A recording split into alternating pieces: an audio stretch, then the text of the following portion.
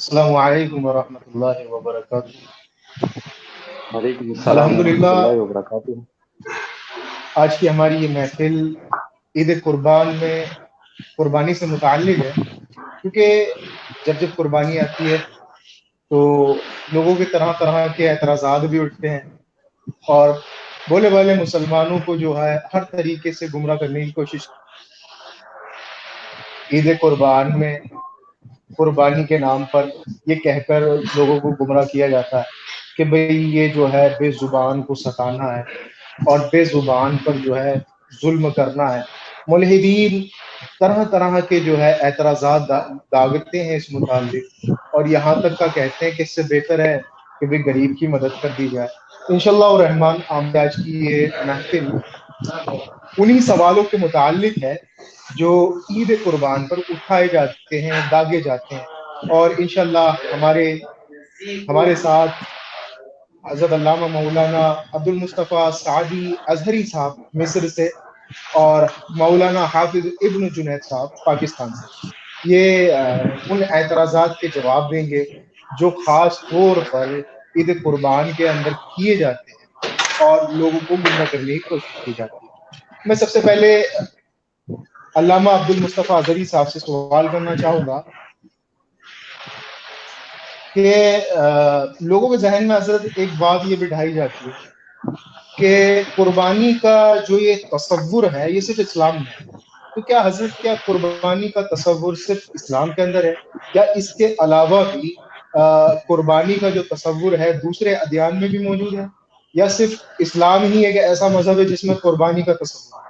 تو حضرت اس متعلق ہمیں بتائیں تاکہ لوگوں کو پتہ چلے کہ صرف قربانی مسلمان ہی نہیں کرتے بلکہ مسلمانوں کے علاوہ سابقہ جتنے ادیان ہیں یا موجودہ جو بھی مذہب ہیں جو اس وقت ہیں ان لوگوں کے یہاں پر بھی تصور ہے، تاکہ لوگوں کو پتہ چلے کہ یہ لوگ جو قربانی پر اعتراض اٹھاتے ہیں یہ اس لیے اعتراض نہیں اٹھاتے کہ قربانی کی جا رہی ہے، بلکہ یہ اس لیے اعتراض اٹھاتے ہیں کہ انہیں مسلمانوں سے پریشانی ہے۔ مولانا عبد المصطفیٰ ازہری۔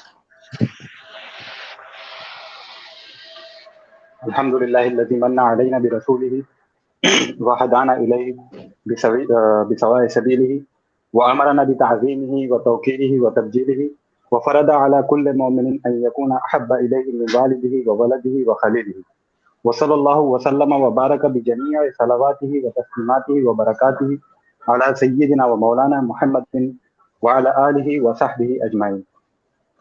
اما بعد، سب سے پہلے تو مولانا غلفام صاحب آپ کا شکریہ، جو تنظیم ہے ہماری دارالتحقیقات انٹرنیشنل، اس پر مسرت موقع پہ نے ہمیں یاد رکھا۔ مولانا حافظ ابن جنید صاحب کا بھی شکریہ جو اس ٹرانسلیشن میں میرے ساتھ ہیں۔ اور جی ہاں، بالکل یہ سوال کیا جاتا ہے کہ تنظیم یہ جو ہے قربانی اور اس کا جو کانسیپٹ ہے یہ صرف اسلام میں رکھا گیا ہے، اسلام سے پہلے اور جو ادیان سماویہ تھے اور جو غیر سماویہ ہیں ان میں قربانی کا کانسیپٹ نہیں ہے۔ یہ ایک سوال اٹھایا جاتا ہے ملحدین کی جانب سے اور غیر مسلمین کی جانب سے۔ بعض مسلمان جو جن کے دلوں میں اس قسم کے شبہات پیدا ہوتے ہیں وہ بھی اس قسم کے سوالات اٹھاتے ہیں۔ سب سے پہلے میں ذکر کروں، ابتدا سے لے کر آتا ہوں، اور قربانی جو شروع ہوئی وہ سیدنا آدم علیہ نبینا و علیہ الصلوۃ والسلام کے جو دو صاحبزادے جن کا بڑا مشہور واقعہ ہے حابیل اور قابیل، ان کے دور میں بھی قربانی تھی۔ وہ اس طرح اللہ رب العالمین ارشاد فرماتا ہے، اور سورہ مائدہ میں 27 نمبر آیت ہے، وَاتْلُ عَلَيْهِمْ نَبَأَ ابْنَيْ آدَمَ بِالْحَقِّ إِذْ قَرَّبَا قُرْبَانًا فَتُقُبِّلَ مِنْ أَحَدِهِمَا وَلَمْ يُتَقَبَّلْ مِنَ الْآخَرِ، کہ اے محبوب آپ ان لوگوں پر یہ جو حضرت آدم علیہ السلام کے جو دو بیٹے ہیں ان کی اخبار، ان کی خبریں پڑھیے جو سچی ہیں، کہ ان دونوں میں سے دونوں نے قربانی کی، ان دونوں میں سے ایک کی قربانی کو قبول کر لیا گیا اور دوسرے کی قربانی کو قبول نہیں کیا گیا۔ تو جناب آدم علیہ الصلوۃ والسلام کے دور میں بھی قربانی موجود تھی، یہ صرف اسلام میں نہیں۔ پھر نیچے تشریف لائیں، یعنی انبیاء میں سے ہی نیچے کی جانب آئیں تو جناب ابراہیم علیہ السلام، جناب ابراہیم علیہ السلام سے بھی پہلے جو انبیاء گزرے ان میں بھی قربانی رہی ہے، لیکن جو قرآن عظیم الشان میں جو واقعات ذکر ہیں اور تاریخ کی کتابوں میں بھی واقعات ذکر ہیں دیگر انبیاء سے متعلق، قرآن عظیم الشان کی نسبت ظاہر ہے وہ اتنے معتبر نہیں جتنے قرآن عظیم الشان کے ہیں، اس میں کوئی شک نہیں۔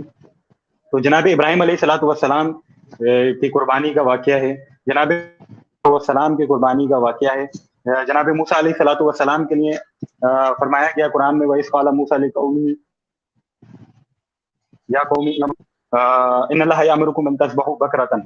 یہ پوری آیتیں ہیں، آیت نمبر 67 سے لے کر 71 تک، جس میں بنی اسرائیل کو، قوم موسیٰ کو حکم دیا جا رہا ہے کہ قربانی کرو، اور وہ پھر ٹال مٹول کرتے رہے قربانی کے اندر۔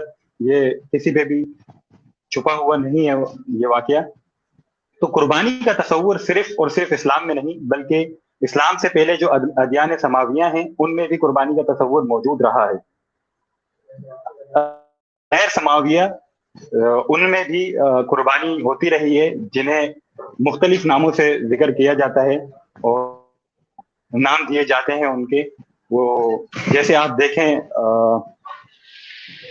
ایک مخصوص کا بھاری مقدار میں ہے، وہ اسے بلی کا نام دیتے ہیں، اور ایسے ہی مسیحیت میں ہے، نصرانیت میں قربانی کا تصور موجود ہے۔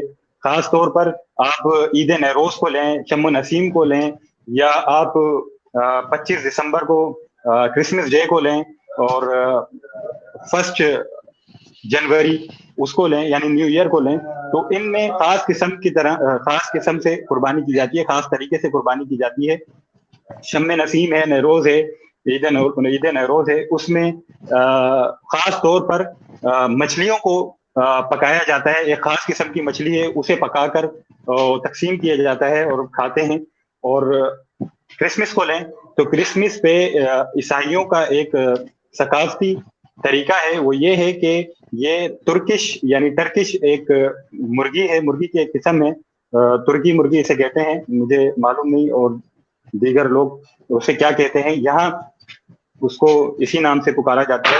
وہ اس کو ذبح کرتے ہیں، مرغی کی ایک خاص قسم ہے، بہت بڑی ہوتی ہے، وہ اسے ذبح کر کے اسے ایک خاص طریقے سے پکایا جاتا ہے اور پھر اپنے قریب اور دیگر لوگوں میں اسے تقسیم کیا جاتا ہے۔ تو قربانی کا جو کانسیپٹ ہے، یہ نظام ہے، یہ طریقہ ہے، یہ صرف اسلام میں موجود نہیں، طریقے مختلف ہیں، نام مختلف ہیں، اور یعنی چہرہ مختلف ہے، قربانی دیگر ادیان میں بھی موجود ہے۔ جی مفتی گلفام صاحب۔ جی حضرت، میں ایک اور سوال کرنا چاہوں گا اسی متعلق کہ سب سے زیادہ مطلب قربانی پر جو بات کہی جاتی ہے وہ یہ کہی جاتی ہے کہ بھئی خدا تعالیٰ نے، رب تعالیٰ نے تمہیں زبان دی ہے اور تمہیں کوئی تکلیف ہوتی ہے، تم اپنی زبان کے ذریعے اسے بیان کر سکتے ہو، اسے کہہ سکتے ہو اور بتا سکتے ہو، اور پھر اس طریقے کی باتیں کر کر لوگوں کے درمیان یہ کہا جاتا ہے کہ بھئی آپ دیکھیں، آپ قربانی کرتے ہیں تو قربانی کرنے میں جب اس کو ذبح کیا جاتا ہے تو اس کو بڑی تکلیف ہوتی ہے جانور، تو وہ وہاں یہ سوال اٹھاتے ہیں یہ قربانی کیسی ہے جس کے اندر جانور کو ایزا دی جا رہی ہے، جانور کو تکلیف دی جا رہی ہے؟ تو حضرت اس متعلق ارشاد۔ یعنی آپ کے سوال کا جو خلاصہ ہے وہ یہ ہے کہ قربانی یہ ایک سبب ہے جانور کو ایذا دینے کا۔ جی قربانی جانور کو ایذا دینے کا سبب بنتی ہے، یہ دیگر الفاظوں میں بھی اس کو تعبیر کیا جا سکتا ہے۔ تو دیکھیں، جہاں تک بات ہے ایذا کی اور تعذیب کی، اسلام سب سے بڑا داعی ہے انسانی حقوق کی حفاظت کا، جانوروں کے حقوق کی حفاظت کا، جو نباتات ہیں، جو غیر زبان ہیں، ان کی جن کو حیوانات میں شمار کیا جاتا ہے، ان کے حقوق کی حفاظت کا اسلام سب سے بڑا داعی ہے۔ ہم پچھلے نشست میں جو نشست تھی ہماری امیر المجاہدین رحمہ اللہ تعالیٰ سے متعلق، اس میں میں نے ذکر کیا تھا کہ یہ جو حقوق انسانیت ہے یہ کب بنے عالمی طور پر، آپ کو شاید یاد ہو اور ہمارا یہ بیان مسجل موجود ہے۔ حقوق انسانیت کا یہ جو سلسلہ وہ اس کا سبب تھا کہ 1939 میں جب جنگ عظیم ثانی ہوئی، دسمبر کی ابتدا میں شروع ہوئی اور چلی 1945 دسمبر تک، اور 30 سے زائد ملک جو یورپ کے تھے اس نے جنگ نے اپنی لپیٹے میں لیا، اور 50 سے لے کر 85 سے لے کر 100 ملین تک کے لوگوں کی جانیں اس میں گئیں. تو پھر جا کے ان کی آنکھیں کھلی اور عالمی قوانین بننے شروع ہوئے، اور انہوں نے سوچا کہ اس طرح سے تو انسانیت کا نام و نشان مٹ جائے گا. تو ہمیں چاہیے کہ ہم قوانین بنائیں، قوانین کو تشکیل دیں، اور اسے پوری دنیا کے لوگوں پر لازم کریں کہ کسی کالے کو کسی گورے سے نہیں مارا، کوئی کالا جو ہے کسی گورے کو نہیں مارے گا، کوئی گورا کسی کالے کو نہیں مارے گا. جانوروں سے متعلق اور حاملہ عورتوں سے متعلق قوانین تشکیل دیے گئے، بچوں سے متعلق قوانین تشکیل دیے گئے، کئی ایک قوانین جو ہے اس میں تشکیل دیے گئے. اور جو پہلی میٹنگ بیٹھی تھی ان کی، جو پہلا اجلاس بیٹھا تھا، وہ تھا 1 دسمبر 1948 کو. 1 دسمبر 1948 کو. 1945 میں جا کے جنگ ختم ہوئی، اور 1948 1 دسمبر کو پہلا اجلاس بیٹھا کہ طے پانے کے لیے کہ ہم کس طریقے سے اس پہ کام کریں. پھر یہ اجلاس بیٹھا 16 دسمبر 1966 کو، اور اس میں کچھ قوانین طے کیے گئے. پھر جا کے اجلاس بیٹھا 1976 کو، جس اجلاس میں یہ طے پایا گیا کہ قوانین کو کس راستے سے لے کے چلنا ہے، کس طریقے سے تشکیل دینا ہے، اور کون موجود ہوگا جب قوانین کی تشکیل دی جا رہی ہوگی، کن کن چیزوں کا خیال رکھنا ہے، کن کن باتوں کا خیال رکھنا ہے. یہ سب ہو رہا ہے یعنی اس دور سے، اس سال سے، اس دن سے چند عرصے پہلے، چند سال پہلے کی بات ہے. یہ زیادہ وقت نہیں گزرا ان سب چیزوں کو. تو ہم دیکھتے ہیں یہ تو دنیاوی لوگ ہیں اور دنیاوی قوانین ہیں جو آج کل حقوق انسانیت کے دعوے دار ہیں اور نام لیوا ہیں حقوق انسانیت کے. اسلام ان سب سے پہلے، اور جب ان لوگوں کی نظر ان قوانین کی طرف جب گئی، اس سے بہت پہلے اسلام اس چیز کا اعلان کر چکا ہے. وہ یہ کہ شریعت مطہرہ نے آج سے 1400 سال پہلے انسانی حقوق کی حفاظت کے ذکر کیے، انسانی حقوق کی حفاظت. تو نبی علیہ الصلوۃ والسلام نے ارشاد فرمایا، یہ متفق علیہ، شور کافی ہو رہا ہے، متفق علیہ حدیث موجود ہے. نبی علیہ الصلوۃ والسلام ارشاد فرماتے ہیں، امرت ان اقاتل الناس حتی یشهدوا ان لا الہ الا اللہ وان محمد رسول اللہ ویقیموا الصلاۃ ویؤتوا الزکاۃ فاذا فعلوا ذلك عصموا منی دماءهم واموالهم الا بحق الاسلام وحسابهم علی اللہ. نبی علیہ الصلوۃ والسلام ارشاد فرمانے، مجھے حکم دیا گیا کہ میں لوگوں سے قتال کروں، جہاد، یہاں تک کہ وہ گواہی دیں کہ اللہ رب العالمین کے علاوہ کوئی معبود نہیں، اور محمد صلی اللہ علیہ وسلم اللہ کے رسول ہیں، اور نماز قائم کریں اور زکوٰۃ ادا کریں. اور جب یہ سب کر لیں گے تو انہوں نے اپنی جان اور اپنا مال مجھ سے بچا لیا. پھر اس کا حساب، سوائے اس کے کہ انہوں نے ان چیزوں میں کچھ خطا کی یا ان چیزوں میں سے کسی کا انکار کیا، اور ان کا تمام حساب وہ اللہ رب العالمین پر ہے. اس حدیث کو اگر صرف ہم لیں تو اس حدیث پہ کئی قسم کے اعتراضات ہوتے ہیں، اور وہ نبی شریف کی جو مجلسیں تھیں اس میں نے اس حدیث کی تفصیل ذکر کی، جو اعتراضات اس حدیث سے ہوتے ہیں وہ وارد کر کے ان کا جواب بھی دیا. بات ابھی یہ ہو رہی ہے کہ حقوق انسانیت کی حفاظت. نبی علیہ الصلوۃ والسلام فرما رہے ہیں کہ تو ان سب کی جانیں، ان سب کے مال، ان سب کی عزت و آبرو ہم سے بچی ہوئی ہے، ہم سے بچی ہوئی ہے. اور ایسی کئی ایک احادیث موجود ہیں جس میں پر کہا گیا ہے، قرآن پاک کی آیت بھی موجود ہیں کہ اللہ رب العالمین ارشاد فرما رہا ہے کسی ایک شخص نے کسی ایک انسان کو قتل کیا تو اس نے گویا کہ ساری انسانیت کو قتل کیا. ایسی بے شمار احادیث اور ایسی بے شمار آیات موجود ہیں جس میں خاص طور پر حقوق انسانیت کو ملحوظ خاطر رکھتے ہوئے احکام نازل فرمائے گئے. اب بات کریں، یہ تو انسانیت کی بات کریں، حیوان کی یعنی جانوروں کی، بے زبان جانوروں کی، ذی روح، تو اس میں بھی شریعت مطہرہ پیچھے نہیں رہی. سب سے بڑا جو داعی ہے وہ اسلام ہے ان کی حقوق کا. صحیح بخاری شریف میں حدیث موجود ہے اور صحیح مسلم شریف میں بھی ہے. میں صحیح بخاری کے الفاظ کوٹ کرتا ہوں اور اس کا حوالہ ذکر کرتا ہوں کہ نبی علیہ الصلوۃ والسلام ارشاد فرما رہے ہیں، حدیث نمبر 3318 نمبر حدیث ہے صحیح بخاری شریف کی، دخلت امراۃ النار فی حرۃ، عورت وہ جہنم میں جائے گی ایک بلی کی وجہ سے، عورت جہنم میں جائے گی ایک بلی کی وجہ سے، ربطتها فلم تطعمها ولم تدعها تاکل من خشاش الارض، فرما رہے ہیں کہ عورت جو ہے وہ بلی کو قید کرے، اس کو باندھ کے رکھے، اس کو قید کر کے رکھے، اور نہ اسے کھانے کے لیے دے، نہ اسے پینے کے لیے دے، نہ ہی اسے چھوڑے کہ وہ جا کر زمین پر باہر سے جا کے کچھ کھا لے اور وہ مر جائے۔ تو نبی علیہ الصلوۃ والسلام ارشاد، عورت جہنمی ہے، یہ جہنم میں جائے گی۔ یہ حدیث ہے، بخاری شریف کی حدیث ہے۔ اسلام نے آج سے 1400 سال اس بات کا اعلان کر دیا ہے کہ جانوروں کے بھی حقوق ہیں اور ان کو اذیت نہ دی جائے، ان کو عذاب میں مبتلا نہ کیا جائے۔ صحیح بخاری شریف کی الگ حدیث ہے، 5513 نمبر پہ حدیث ہے، جناب انس بن مالک ہیں اور جناب حکم بن ایوب ہیں۔ آپ کچھ لڑکوں کو دیکھتے ہیں، کچھ بچوں کو دیکھتے ہیں، انہوں نے یہ کیا کہ مرغی کو ایک جگہ باندھ دیا، زندہ مرغی کو ایک جگہ باندھ دیا اور پھر دور کھڑے ہو کر اس کا نشانہ لگانے لگے،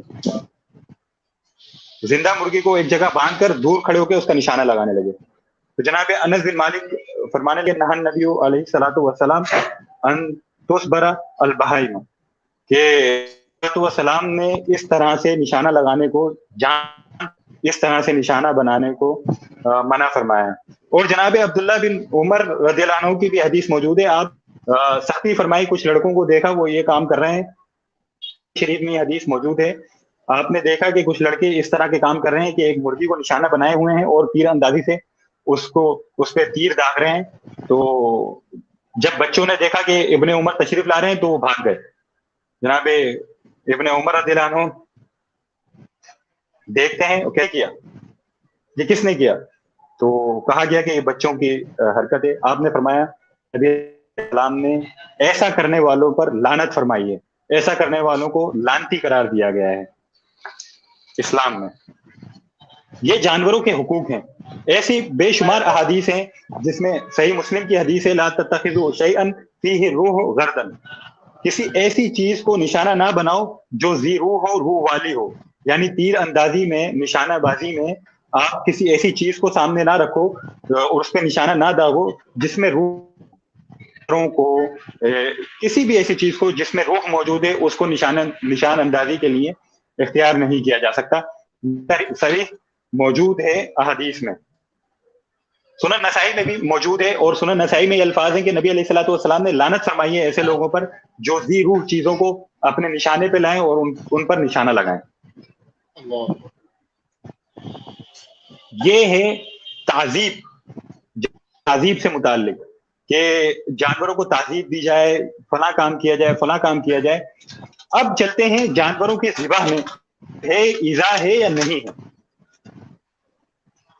اس سے پہلے میں ایک اور حدیث ذکر کر دوں کہ نبی علیہ السلام ایک جگہ سے تشریف لے جا رہے ہیں اور آپ علیہ الصلوۃ والسلام نے ایک شخص کو دیکھا، وہ بکری کو لٹائے ہوئے ہے ذبح کرنے کے لیے اور اس کی گردن پہ اپنا گھٹنا رکھے ہوئے ہے۔ ذبح کرنے کے لیے بکری لٹائی ہوئی ہے، پہ اپنا گھٹنا رکھا ہوا ہے اور اب وہ چھری تیز کر رہا ہے، اس کو پورا تیار کر دیا ذبح کرنے کے لیے، اب وہ چھری تیز کر رہا ہے۔ تو نبی علیہ الصلوۃ والسلام دیکھا، جلال میں آئے، آپ نے فرمایا کیا یہ کام اس سے پہلے نہیں کیا جا سکتا تھا؟ اس سے پہلے تم چھری تیز نہیں کر سکتے تھے؟ کہ وہ 2 موتیں مرے، 2 دفعہ وہ مرے۔ تو اس طرح کے کثیر واقعات آپ کو ملیں گے، خاص قسم کے باپ باندھے گئے ہیں اس چیز سے متعلق، اس چیز سے منع سے متعلق کہ بکری جانوروں کے سامنے ذبح کرنے کے لیے چھری تیز نہ کرو، جانوروں کو اس طرح سے ذبح نہ کرو کہ ان کو تکلیف ہو، جانوروں کو اس طرح سے اذیت نہ دو، اس طرح سے اذیت نہ دو۔ یہ اس کی یعنی باب تشکیل دیے گئے ہیں احادیث کی کتب میں، سیاستہ ہی کو لے لیں تو اس میں مستند دے گئے ہیں۔ اور پھر نبی علیہ الصلوۃ والسلام اس حرکت کو دیکھ کے غضبناک ہو رہے ہیں، اور اس کو ڈانٹ رہے ہیں, چاہتے ہو کہ بکری جو ہے 2 موتیں مرے. تو اس سے معلوم ہوا کہ آپ علیہ الصلوۃ والسلام نے اس کو حرام قرار دیا گیا کہ بکری کے سامنے یا جانور کے سامنے, جس جانور کو ذبح کیا جا رہا ہے اس کے سامنے چھری کو تیز کرنا. تو الغرض یہ کہ بے شمار احادیث موجود ہیں, فقہائے کرام نے اس پہ مستقل باب باندھے ہیں, آپ بہتر جانتے ہیں, اور جو خواص ہیں علماء ہیں وہ بہتر جانتے ہیں کہ فقہاء نے خاص کر دیا ہے کہ ایک جانور کے سامنے دوسرے جانور کو ذبح نہ کرو, جانور کو مذبح خانے میں ذبح نہ کرو, یعنی جانور بندھا ہوا ہے, اب تم جو ہے دوسرا جانور اس کے سامنے ذبح کر رہے ہو, جانور کو بھائی اور دوسرے جانور کو لاؤ ذبح کرو, پھر اس کو لا کے ذبح کرو, یعنی ایک کے سامنے دوسرے کو ذبح نہ کرو. خاص طور پہ کہا گیا کہ ماں کے سامنے بچوں کو ذبح نہ کرو, بچوں کے سامنے ماں کو ذبح نہ کرو, صرف ان کو اس چیز میں اذیت ہے اور اس چیز قرار دیا گیا. یہ اسلام کا طریقہ ہے ذبح کا اور دیگر چیزوں کا. وہ ہیں یہ ساری باتیں ان کے لیے ہیں جو مسلمان ہیں, اور غیر مسلم بھی جو عقل رکھتے ہیں وہ اس چیز کو دیکھ سکتے ہیں کہ اسلام کس طریقے سے کہہ رہا ہے کہ اس کو ذبح کرو جانور کو. خیر اب غیر مسلموں کی طرف آتے ہیں. غیر مسلموں میں جس طرح سے ذبح کیا جاتا ہے, یورپ کی ایک بہت بڑی کمپنی, میں پڑھ رہا تھا پچھلے دنوں کہ یورپ کی ایک بہت بڑی کمپنی وہ جانوروں کو, وہ گوشت فروش کے نام ہے, وہ جانوروں کو ذبح کس طرح سے کرتی تھی, وہ بجلی کے جھٹکے لگا کر, کہربائی طور پر یعنی بجلی کے جھٹکے لگا کر ان کو ہلاک کرتے تھے, پھر اس کو کاٹ پیٹ کے جس طرح سے وہ گوشت مطلوب ہوتا تھا وہ نکالتے تھے. تو کچھ مسلمان ڈاکٹرز وہ گئے, مسلمان ڈاکٹر سے, اور کچھ ان میں سے علماء بھی پی ایچ ڈی یعنی MBBS ڈاکٹر تھے, وہ گئے, انہوں نے جب دیکھا, وزٹ کیا اس کمپنی کا, انہوں نے کہا یہ کیا کر رہے ہو آپ لوگ, یعنی بجلی کے جھٹکے لگا کر آپ جانور کو مار رہے ہو اور پھر اس کو فروخت کر رہے ہو. حلال ایک طرف, یعنی وہ حرام ہے یا حلال ہے, آپ اس بات کو چھوڑو, آپ غیر مسلم ہو, میں آپ کو, تو آپ اس بات کو نہیں مانو گے, بولو گے آپ کے نزدیک حرام ہے, ہمارے نزدیک حرام تھوڑی ہے. بات حلال اور حرام کی نہیں ہو رہی, ابھی بات ہو رہی ہے کیا اس طرح سے اس کو اذیت دینا جائز ہے, یعنی دی جا سکتی ہے اذیت نہیں. ہیومن رائٹس والے یا دیگر جو علم بردار ہیں وہ اگر آپ کو آ کے دیکھیں تو آپ کے ساتھ وہ کیا کریں, آپ یہ دیکھیں کہ جب بجلی کا جھٹکا لگا کے آپ اس کو مار, تو اس کا خون نکل رہا ہے یا نہیں نکل رہا, خون فاسد جو ہے وہ نکل رہا ہے یا نہیں نکل رہا. وہ کہہ رہے نہیں, وہ تو خون جم جاتا ہے. جب وہ خون جم جاتا ہے تو اب یہ تو اور مضر ہے, یہ گوشت مضر ہے لوگوں کے لیے, انسانوں کے لیے یہ مضر ہے گوشت, کیونکہ خون فاسد جو ہے وہ اس کے اندر جم گیا, گوشت کے ساتھ جم گیا. اب جب وہ گوشت کے ساتھ جم گیا, لوگ اسے کھائیں گے اور یہ تو مضر ہے. یہ ایک بات. دوسری بات, آپ اس کا تجربہ کر لیں, یہ ڈاکٹرز کہہ رہے ہیں ان کو, آپ اس کا تجربہ کر لیں. عام حلال یعنی ذبح, یہ جو جس طرح سے آپ نے اس کو مارا ہے, اس میں مقارنہ کریں دونوں کو, دیکھیں کہ کون پہلے خراب ہوتا ہے, کون سا پہلے فاسد ہوتا ہے, خراب ہوتا ہے. انہوں نے کہا یہ والا ہماری جو گوشت 2 دن 3 دن حد سے حد اس کی ٹائمنگ ہے, 3 دن بعد یہ ایکسپائر ہو جاتا ہے. تو ہم نے کہا کہ یہ گوشت جو ہم ذبح کرتے ہیں یہ تو 1 مہینوں چلتا ہے, یہ اتنی جلدی خراب نہیں ہوتا. تو ان دونوں میں مقابلہ پتہ چلا کہ جس طرح سے وہ لوگ ذبح کر رہے ہیں وہ اذیت تو دے رہے ہیں اس جانور کو, لیکن ان کا گوشت اس جانور کسی کام کا نہیں بلکہ مضر ہے. تو ایسے بے شمار ہم مشاہدات کر سکتے ہیں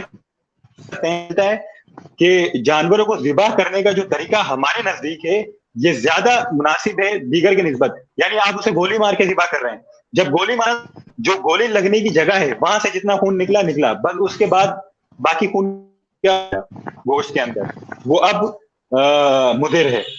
دیگر کا یہ جاتے ہیں جانور کو تو اس کا سارا خون نکل جاتا ہے, کیونکہ جو وہ طلب کر رہا ہوتا ہے دل سے وہ خون کو طلب کر رہا ہوتا ہے, اور جو جس نفس کے ذریعے وہ خون طلب کر رہا ہوتا ہے, یعنی دل سے جو خون جائے گا ذہن کی طرف, وہ نفس کٹ چکی ہوتی ہے.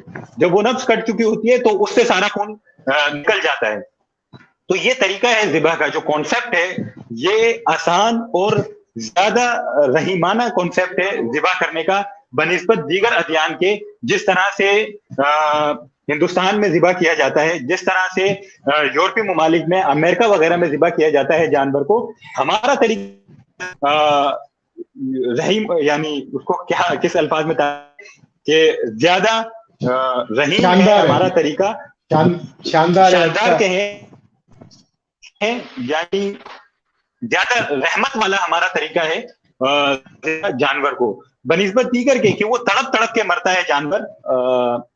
دیگر جو گولی مار کے ذبح کرتے ہیں یا یکسر اس کی گردن کو الگ کر دیتے ہیں جیسا کہ بعض ممالک میں کیا جاتا ہے، اور یہ طریقہ جو ہے وہ درست نہیں ہے. طریقہ وہی درست ہے جس طرح اسلام نے کہا کہ لازمی کٹنی چاہیے، 4 نہیں تو 3 کم سے کم کٹنی چاہیے جس سے اس کا سارا خون نکل جائے. جو کانسیپٹ ہے اسی پہ ہم غور کریں تو ہمیں پتہ چلے گا کہ جب 4 نفس ہیں تو اس کا جو احساسات ہیں جانور وہ ختم ہو جاتے ہیں. جانور تڑپ رہا ہوتا ہے، اس میں روح باقی لباس ہوتا ہے وہ ختم ہو جاتا ہے. جب احساس ختم ہو جاتا ہے تو اس کو درد کا احساس نہیں ہوتا. درد کا احساس نہیں ہوتا تو تعذیب، اذیت، یہ سارے جو الفاظ ہیں یہ بے معنی ہے اس کے آگے. جی اور مزید جی ہمارے جن ساتھیوں نے کمنٹ باکس کے اندر میسج کر سوال کیے ہیں، انشاءاللہ الرحمن ہمارے کچھ سوال ہیں جو ہمیں اپنے مہمانوں سے پوچھنے تاکہ ہمارے دینی اسلامی بھائیوں کی اصلاح ہو سکے اور وہ جو ہے ملحدین کے شر سے محفوظ رہ سکیں اور ایسے لوگوں کی مکاریوں سے محفوظ رہ سکیں جو عید قربان پر شر پھیلانے کی کوشش کرتے ہیں. البتہ جو بھی سوال کمنٹ باکس میں کیے گئے ہیں تو آخر میں جب ہمارے سوال کا سلسلہ ہمارے دونوں مہمانوں سے مکمل ہو جائے گا پھر انشاءاللہ الرحمن ہم باری باری اپنے مہمانوں سے آپ کے سوال کے متعلق بات کریں گے تاکہ ان کا بھی جواب دیا جا سکے انشاءاللہ.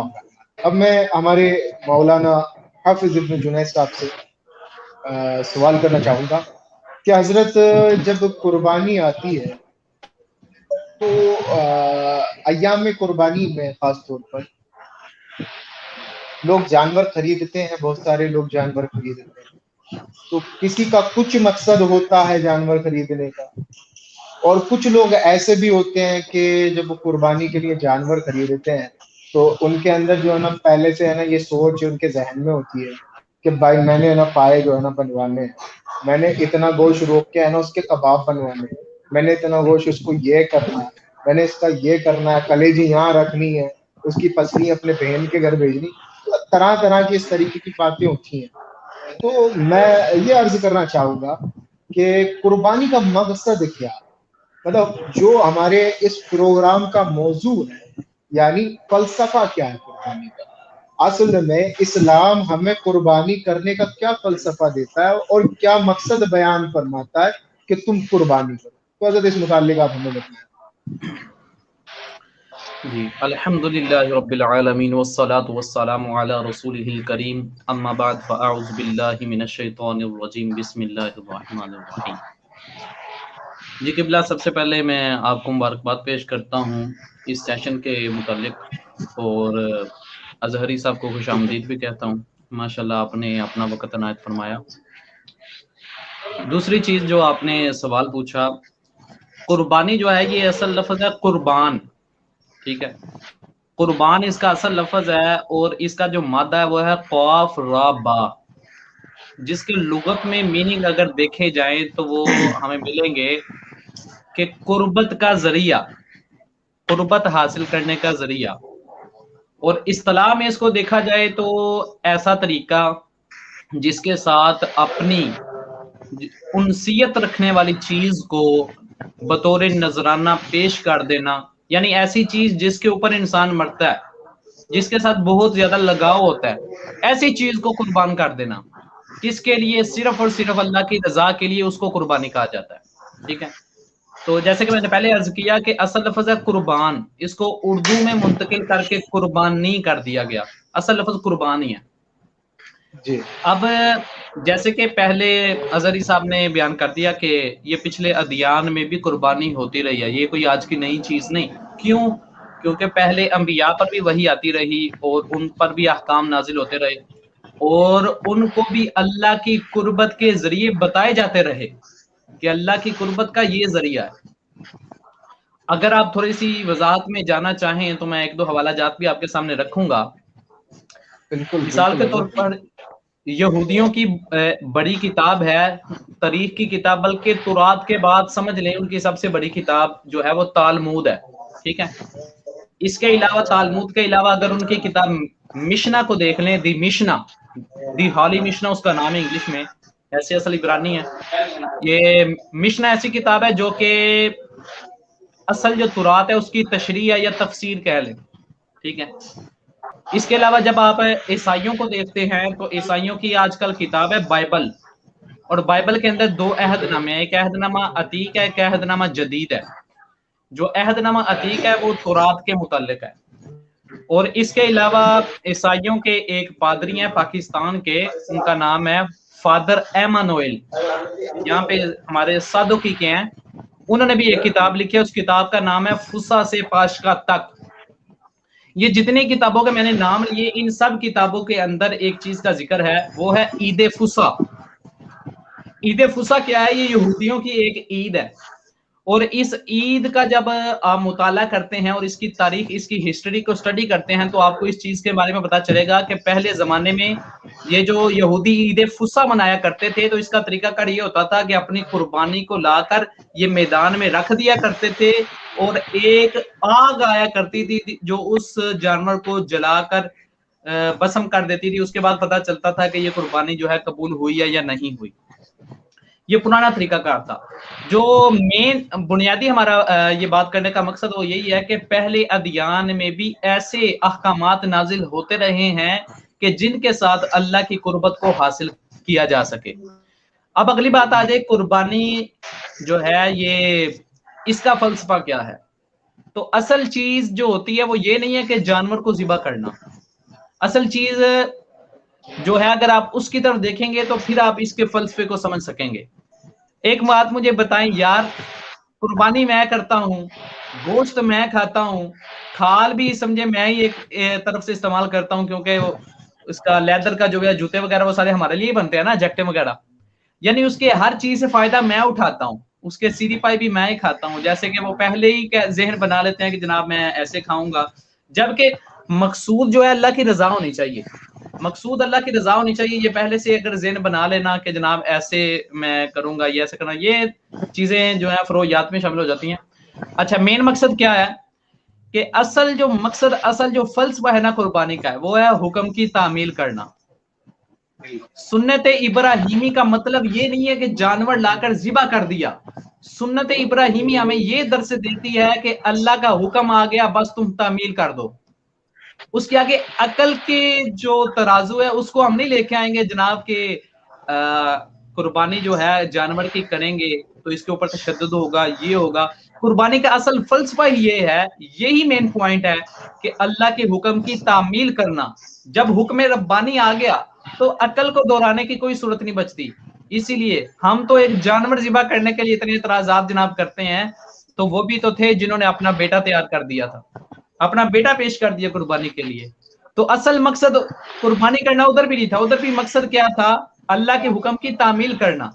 اب جب ہمیں حکم دے دیا گیا قربانی کرنے کا تو ہم یہ نہیں دیکھیں گے جناب کہ فلاسفرز کیا کہتے ہیں، حکماء کیا کہتے ہیں، سائنٹسٹ کیا کہتے ہیں، ہم تو یہ دیکھیں گے کہ ہمارے رب نے ہمیں حکم کیا دیا ہے۔ تو اس کا بنیادی فلسفہ یہی ہے کہ اپنے رب کی، کیونکہ رب جو ہے پالنے والا ہے، ہمارا مالک ہے، تو اس کے حکم کی تعمیل بھی ضروری ہے۔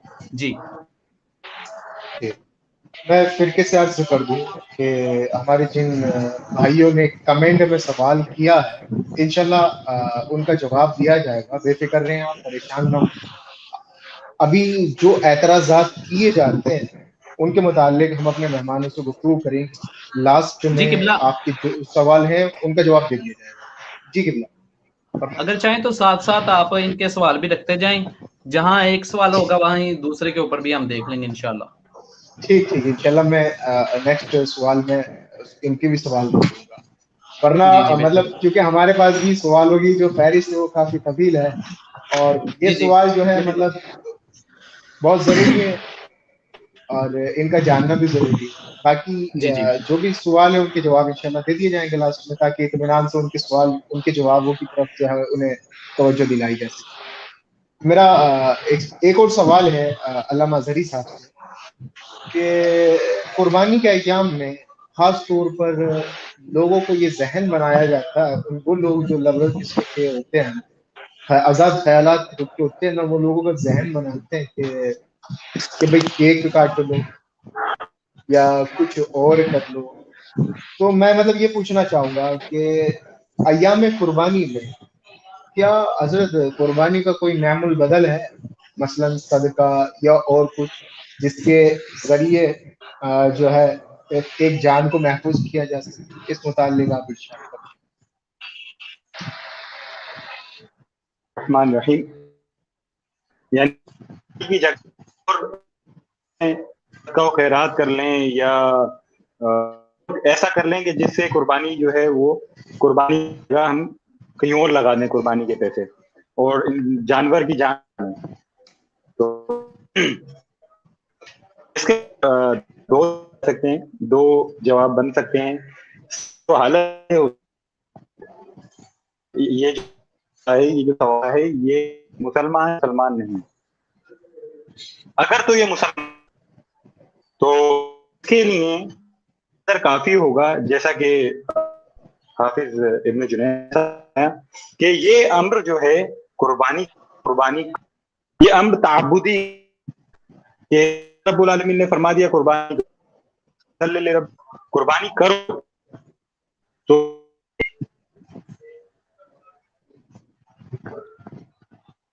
بس تعبدی ہے. اس کے علاوہ آواز کی دقت ہو رہی ہے آپ کی جانب سے، کچھ سمجھ میں شور نہیں آ رہا ہے. جی شور بھی آ رہا ہے تھوڑا، اور تھوڑا آواز مطلب ڈسٹرب سی ہو رہی ہے، سننے میں دشواری ہو. ایک دیکھیں کوشش کریں کبھی صحیح ہو جائے. جی جی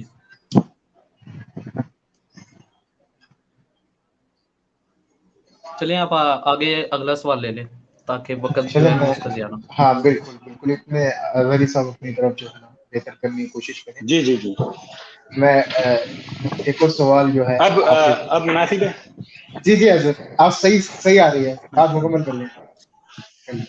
جی تو میں یہ عرض کر رہا تھا کہ جو قربانی ہے ان ایام تشریق میں جو قربانی کا حکم ہے یہ امر تعبدی ہے. اللہ رب العالمین نے حکم فرما دیا تو اس کا نعم و بدل نہیں کیا جا سکتا. اس کا مطلب یہ ہے، امر تعبدی کا مطلب میں آسان لفظوں میں یہ بیان کروں کہ اللہ رب العالمین نے فرما دیا کہ میرا قرب حاصل کرنے کے لیے تم ان ایام میں خون کو یعنی جانوروں کو ذبح کرو، اس سے میرا قرب حاصل ہوگا تمہیں.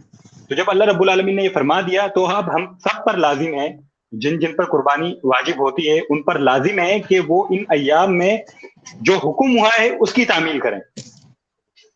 یہ ہے جواب ان کے لیے جو مسلمان ہیں. جو غیر مسلم ہیں یا غیر مسلم نہیں ہے، مسلمان ہیں لیکن ان کے دلوں میں اس قسم کی شبہات پیدا ہوتے رہے ہیں، یعنی ضعف ایمان کی وجہ سے یا دیگر وجوہات سے، تو ان کے لیے میں یہ عرض کروں گا کہ جو اسلام ہے، اسلام میں ہر طبقے کا خیال رکھا گیا ہے. ہر تہوار پر ہر طبقے کا خیال رکھا گیا ہے. اسلام نے رکھا ہے ان کا خیال. وہ اس طرح سے کہ ہم عید الفطر کو دیکھیں تو کہا گیا ہے کہ نماز پڑھنے سے پہلے جاؤ غریبوں کے پاس اور انہیں صدقہ فطر دو تاکہ وہ لوگ اپنی اپنی عید کی تیاری کریں اور وہ لوگ بھی عید منا سکیں. رمضان میں کثرت سے صدقہ و خیرات کرو تاکہ جو لوگ فقراء ہیں، جو مساکین ہیں، وہ رمضان اپنا صحیح طریقے سے گزار سکیں، اپنے روزے صحیح طریقے سے گزار سکیں اور افطار و سحور جو ہے وہ آسانی سے کر سکیں. کئی ایک مواقع ایسے ہیں جن پر اسلام نے ہر طبقے کا خیال کیا ہے. تو اس موقع پر بھی اسلام نے فقراء اور مساکین کا خیال کرتے ہوئے کہا گیا کہ جو ایام تشریق ہیں ان میں جانوروں کو ذبح کرو اور ان لوگوں کو گوشت پہنچاؤ جو پورے سال گوشت کھانے سے محروم رہتے ہیں. ان لوگوں کو جلد پہنچاؤ جو پورے سال جن کے پاس اتنے اسباب نہیں ہوتے کہ وہ موٹا کپڑا لے سکیں سردیوں کے لیے یا وغیرہ وغیرہ، تو ان لوگوں تک یہ چیز پہنچاؤ تاکہ وہ اپنی جو خواہشات ہیں وہ پوری کر سکیں، اور پورے سال وہ گوشت سے محروم رہتے ہیں، گوشت کھانے سے محروم رہتے ہیں، وہ گوشت کھا سکیں۔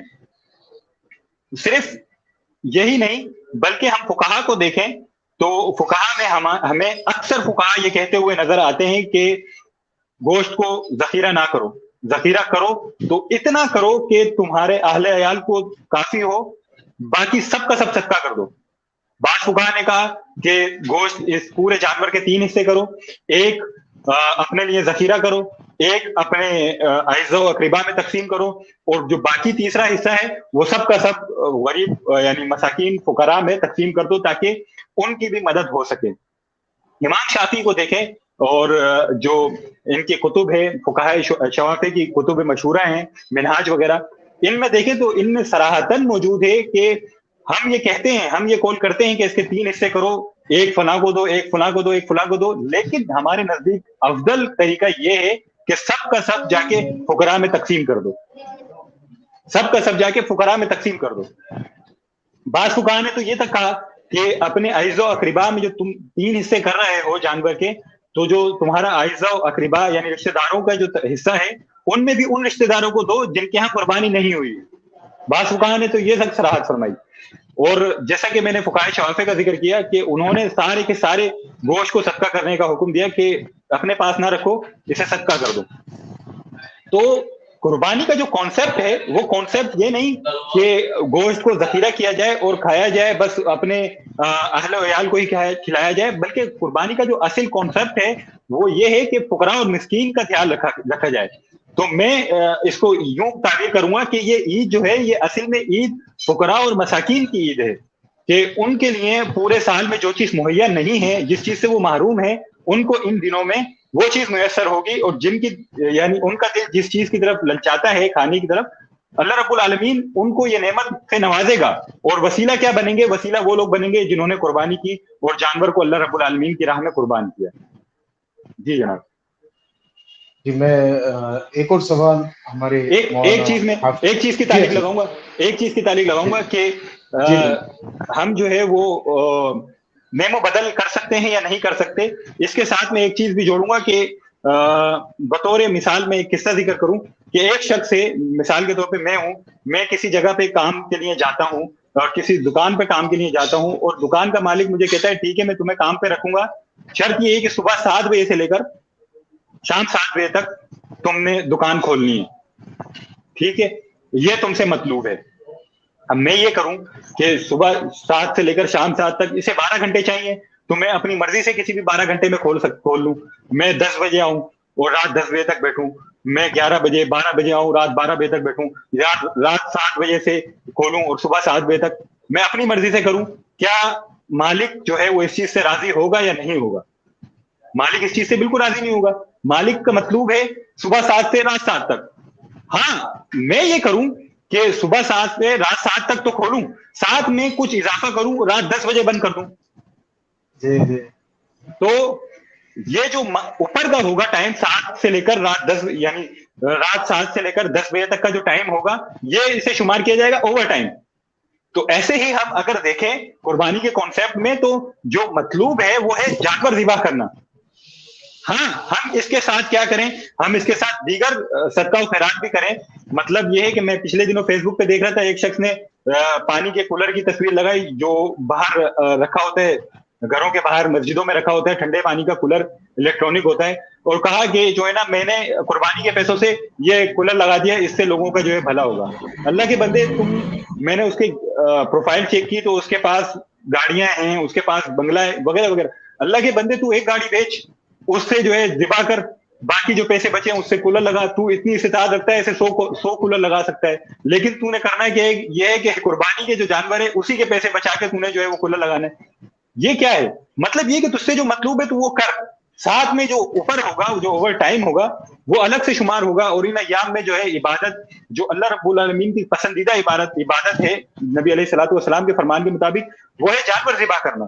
تو پسندیدہ عبادت بھی ہو جائے گی، اور ساتھ میں جو تو اوور ٹائم ہوگا، مطلب جو اوور خیرات کرے گا وہ بھی قبول ہوگا۔ تو بس میں نے یہ تعلیق لگانی تھی. فرمائے جناب.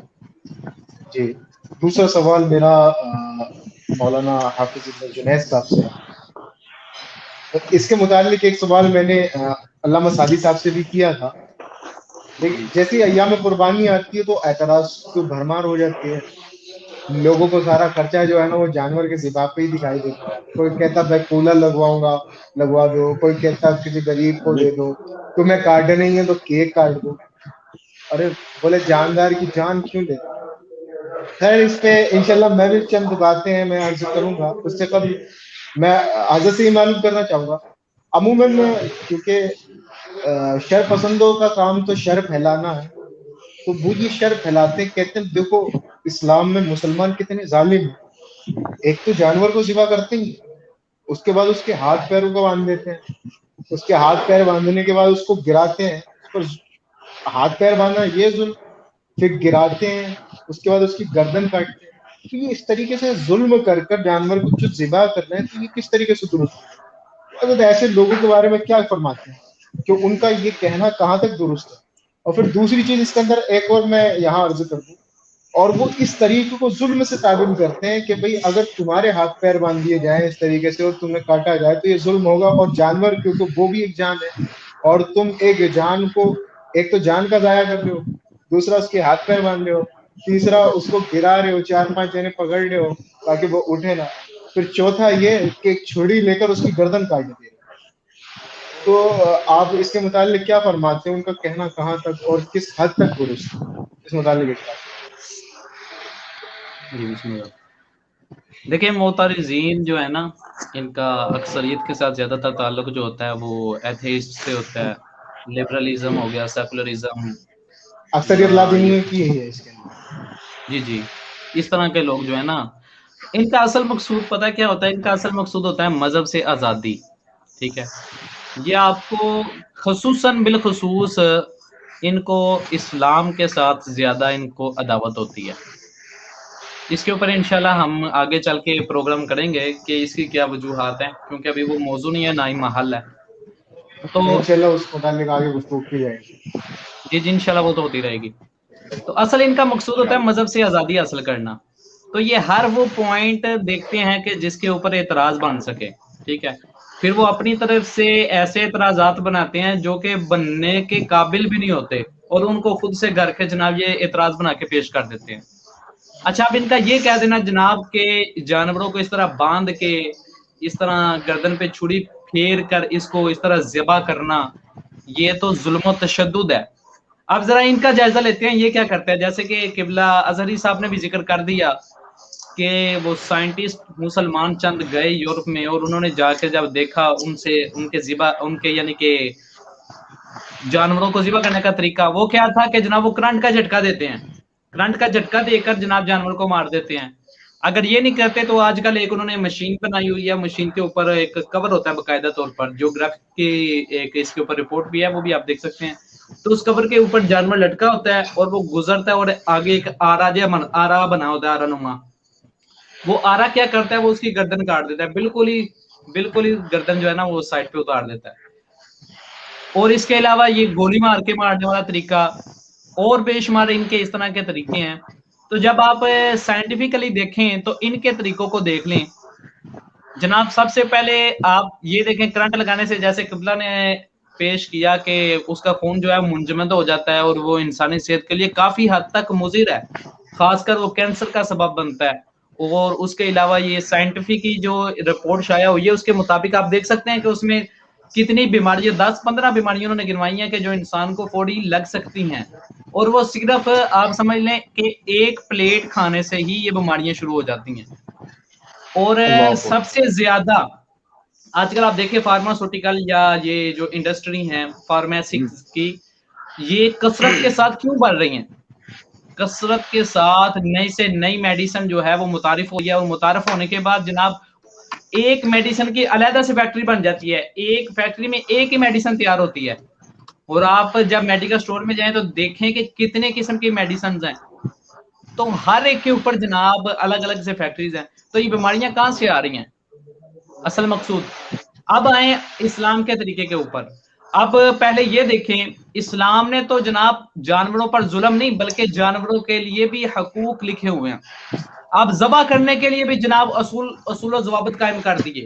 جیسے قبلہ نے عرض کیا کہ جانور کے سامنے جانور کو ذبح نہیں کیا جائے گا, جانور کے سامنے چھری کو تیز نہیں کیا جائے گا, ٹھیک ہے. اب جانور کو بغیر پکڑے ذبح نہیں کیا جائے گا, جانور کو اس طرح پکڑا جائے گا کہ وہ ہل نہ سکے, کیونکہ جب ہلے گا نہیں تو اس کو درد جو ہے وہ کم محسوس ہوگا. اب باندھنے کا بھی یہی ہوتا ہے کیونکہ وہ منتشر ہوگا, منتشر ہونے سے اس کا خون جو ہے وہ زیادہ جو ہے گردش کرے گا اور جسم سے, کیونکہ یکبارگی کے ساتھ سارا باہر نہیں نکلے گا. جب لٹایا ہوتا ہے تو وہ یکبارگی کے ساتھ ہی سارا باہر نکل آتا ہے, اور اگر وہ اٹھے گا حرکت کرے گا تو خون یکبارگی کے ساتھ باہر نہیں نکلے گا بلکہ وہ اس کے لیے بھی نقصان دہ ہوگا, اور اس کے اندر جو گوشت ہے وہ بھی انسان کے صحت کے لیے نقصان دہ ہوگا. آپ اس پر ایک عالمی رپورٹ اگر دیکھیں, انٹرنیشنل سطح پر جو یونیورسٹی ہے, میں اس کا نام نہیں لیتا, ان کے پروفیسرز نے مل کر اس بات کی تحقیق کی, اس بات پر ریسرچ کی کہ سب سے زیادہ اعلیٰ قسم کا گوشت کون سا ہوتا ہے. تو اس رپورٹ میں یہ بات جو ہے متفقن علیہ شائع ہوئی کہ جو مسلمانوں کا ذبح کرنے کا طریقہ ہے نا یہ بالکل پرفیکٹ ہے, اور اس کے ساتھ جو گوشت ہوتا ہے وہ ہر اعتبار سے, پروٹین کے اعتبار سے, ہر اعتبار سے بالکل تازہ ہوتا ہے, اور یہ صحت کے لیے مضر بھی نہیں ہوتا. ایک چیز ہوگی. اور دوسری چیز یہ ہے کہ اسلام کے اندر جیسے کہ احادیث ڈھیروں ساری بڑی پڑی ہیں, قبلہ نے بھی کہیں بیان کر دی. ایک فتح مکہ والے دن کی کہ ایک آپ صلی اللہ علیہ وسلم تشریف لا رہے ہیں اور راستے میں کتیا والا واقعہ, وہ بھی کافی مشہور ہے, آپ کو وہ علم ہی ہے. تو اسلام تو اس قدر جانوروں کے لیے بھی حقوق رکھنے والا مذہب ہے. جبکہ آپ دیکھیں ایک اور انٹرنیشنل سطح کی آپ رپورٹ اگر دیکھیں نا قبلہ, اس کے اندر ہے کہ 6 سالانہ رپورٹ ہے, 6 ارب اور چند کروڑ سالانہ برگر کھائے جاتے ہیں پوری دنیا میں, ٹھیک ہے جی, یہ ان کی من پسند چیز ہے. اور یہ برگر بھی دوسرے والے نہیں, یہ میٹ برگر جی, اور یہ صرف اسی کی تعداد کو بیان کیا گیا, یہ زنگر وغیرہ کا بیان نہیں کیا گیا. تو اس رپورٹ کے مطابق اتنے برگر کھائے گئے, تو جناب اس برگر میں جو گوشت لگ کے آ رہا ہے وہ بھی تو کسی جانور کا ہی ہے نا, وہ بھی تو کسی جانور کا ہی ہے, ظاہر سی بات ہے. اور جانوروں کا ذبح کرنے کا جو آپ کا انداز ہے وہ تو دنیا کے سامنے روز روشن کی طرح آیا ہے کہ کرنٹ کے ساتھ لگا کر جانور کو, پورے جانور کا, یعنی کہ اگر ذبح کرتے ہیں تو اس کی گردن پر درد ہوتی ہے, یعنی جہاں پر زخم ہو وہیں پہ درد ہوتی ہے نا, تو یہاں سے خون نکل گیا, تو جب اس کا یہ راستہ منقطع ہو جاتا ہے نا شارک کا جسم سے اور سر سے, ٹھیک ہے, تو پھر ہاں جی دماغ سے, جب دماغ سے اس کا جو سلسلہ ہے وہ منقطع ہو جاتا ہے, اس کے بعد درد کا جو تصور ہے وہ ختم ہو جاتا ہے, کیونکہ درد کا جو سگنل ہوتا ہے وہ دل سے دماغ کو پہنچتا ہے. جب دماغ کا سسٹم ہی منقطع ہو گیا تو درد, اچھا ایک چھوٹا سا بچہ ہے, آپ جب بڑا ہو جاتا ہے اس کو پتا ہے کہ مجھے بچپن میں یہ درد ہوئی تھی, نہیں, کیونکہ دماغ کو سگنل تو پہنچتا ہے بچپن میں, لیکن بچہ اس وقت ہوش و حواس میں نہیں ہوتا. تو جب ایک چیز بالکل ہوش و حواس میں نہیں ہے تو اس کو درد کا نہیں پتا, لیکن جب منقطع ہو گیا رابطہ بالکل ہی, تب اس کو درد کا کیسے احساس ہوگا. اور جناب یہ جو گولی مارتے ہیں ڈائریکٹ, اس سے تو پورے جسم کے, بلکہ اس کو آپ یہ کہہ لیں حادثاتی موت کے اندر اس کو تصور کیا جائے گا کہ جس طرح جانور کو ایک دفعہ یکدم کہہ لیں کہ ایک شوق لگاؤ, اور شوق کے ساتھ جو موت ہوتی ہے اس کے ساتھ خون کے اندر بہت سارے سیلز جو ہیں وہ اس سے متاثر ہوتے ہیں, اور پھر اس گوشت کے اندر بھی جو ہے نا اس کے اثرات جو ہے مرتب ہوتے ہیں. اس پہ کثیر بحث ہے, انشاءاللہ آپ بھی فرما رہے تھے کچھ, میں اس پہ کلام کروں گا. آپ کی بات میں نے جب سنی نا تو میرے ذہن میں بھی مطلب ایک بات آئی کہ جب میکڈونلڈس برگر کا تصور آیا, ہاں برگر میکڈونلڈس کا نام نہیں آیا جناب, نام نہیں آیا, نام آپ نے لیا ہے. اچھا چلے میں نے نام لیا ہے. وہ اصل میں جب برگر کا تصور آتا ہے نا تو میکڈونلڈس کا نام میکڈی آ ہی جاتا ہے جی. تو کہنے کا مقصد یہ ہے کہ دنیا بھر کے اندر, میں آپ کو بتاؤں جس وقت میں یوروپ میں ہوا کرتا تھا تو مطلب خالی بڑا جانور نہیں جو ہم کھاتے ہیں, وہاں ایک مطلب جس کو خنزیر کہا جاتا ہے, ہزاروں کی تعداد میں روز کٹا گیا, ایک بہت بڑی تعداد میں کٹا, اور شاید کہ جتنے بھی یوروپ کے علاقے ہیں سینیگل کے اندر سب سے بڑی تعداد وہاں پہ اسی کے کھائے جانے کی. تو مطلب یہاں ایک بات یہ پیدا ہوتی ہے کہ دنیا کے اندر اتنے جانور کٹتے ہیں، بے حساب جانور کٹتے ہیں، کہیں پہ شوق دے کر جانور کو مارا جا رہا ہے، کہیں پہ گولی مار کر مارا جا رہا ہے، کہیں ٹیکا لگا کر مارا جا رہا ہے، لیکن جب عید قربان آتی ہے تو اعتراض تب بھی آتا ہے. تب ان کی ہمدردیاں کہاں چلی جاتی ہیں کہ جب میک ڈونلڈس اتنے جانوروں کو جو ہے وہ، میں تو ذبح بھی نہیں کہوں گا بلکہ میں تو یہ کہوں گا کہ قتل کر دیتا ہے، اور اتنی بہت ساری مرغیوں کو جو ہے وہ مار دیا جاتا ہے اس کا یا اس دیگر چیزوں کو، تو تب ان کی یہ تمام فکریں کہاں چلی؟ وہ سوچنے اس والی کا بات جواب میں یہ دوں گا، اس کا جی جواب میرے پاس جی. ہے کہ ہمارے ذبح کیے ہوئے جانور سے ان کو میک ڈونلڈس نہیں بلکہ ملے گا نا، تو اس ہاں وجہ سے یہ ان تو کو اعتراضات ہوتے یہ ہیں. بات ہے، نہیں، یہ بات یہ بھی بات ہے. یہ اور بات دوسری بات جو میں سمجھتا ہوں وہ یہی ہے کہ یہ اصل میں اعتراض تو جانور پر نہیں ہے نہ عید قربان پر ہے، اصل میں یہ ان کی ایک مسلمانی دشمنی ہے جو یہ عید قربان کی آڑ میں مسلمانوں سے نکالنا چاہتے ہیں. یہ چاہتے ہیں کہ عید قربانی جیسا یہ مقدس شعار جو ہے وہ مسلمانوں سے ختم ہو. میں ایک اور بات پوچھنا چاہوں گا حافظ جنید صاحب آپ سے کہ یہ چیز بھی ہے نا بڑی عام ہے، اور اس کو بھی ہے نا بڑا اس پہ آبجیکشن اٹھایا جاتا ہے کہ کہتے کہ قربانی تو فرض نہیں ہے، واجب ہے، اور واجب ہے قربانی. اس طریقے سے خاص طور پر ملحد یہ اعتراض کرتے ہیں آزاد خیال لوگ کہ، اور ذہن میں ڈالتے ہیں ہمارے ایسے نوجوان طبقے کے جس کو اتنی علم کی دین کی سمجھ نہیں ہوتی، کہتے بھائی میرے قربانی فرض نہیں ہے، تم نہیں کرو گے تو کوئی فرق نہیں پڑے گا، یہ واجب ہے. تو پھر آگے کہتے ہیں یہ واجب ہے، بتاؤ واجب ہونے کے باوجود فرض نہیں، اور واجب فرض کے بامقابل کم ہے، تو جب فرض نہیں ہے تو پھر ضرورت بھی نہیں ہے.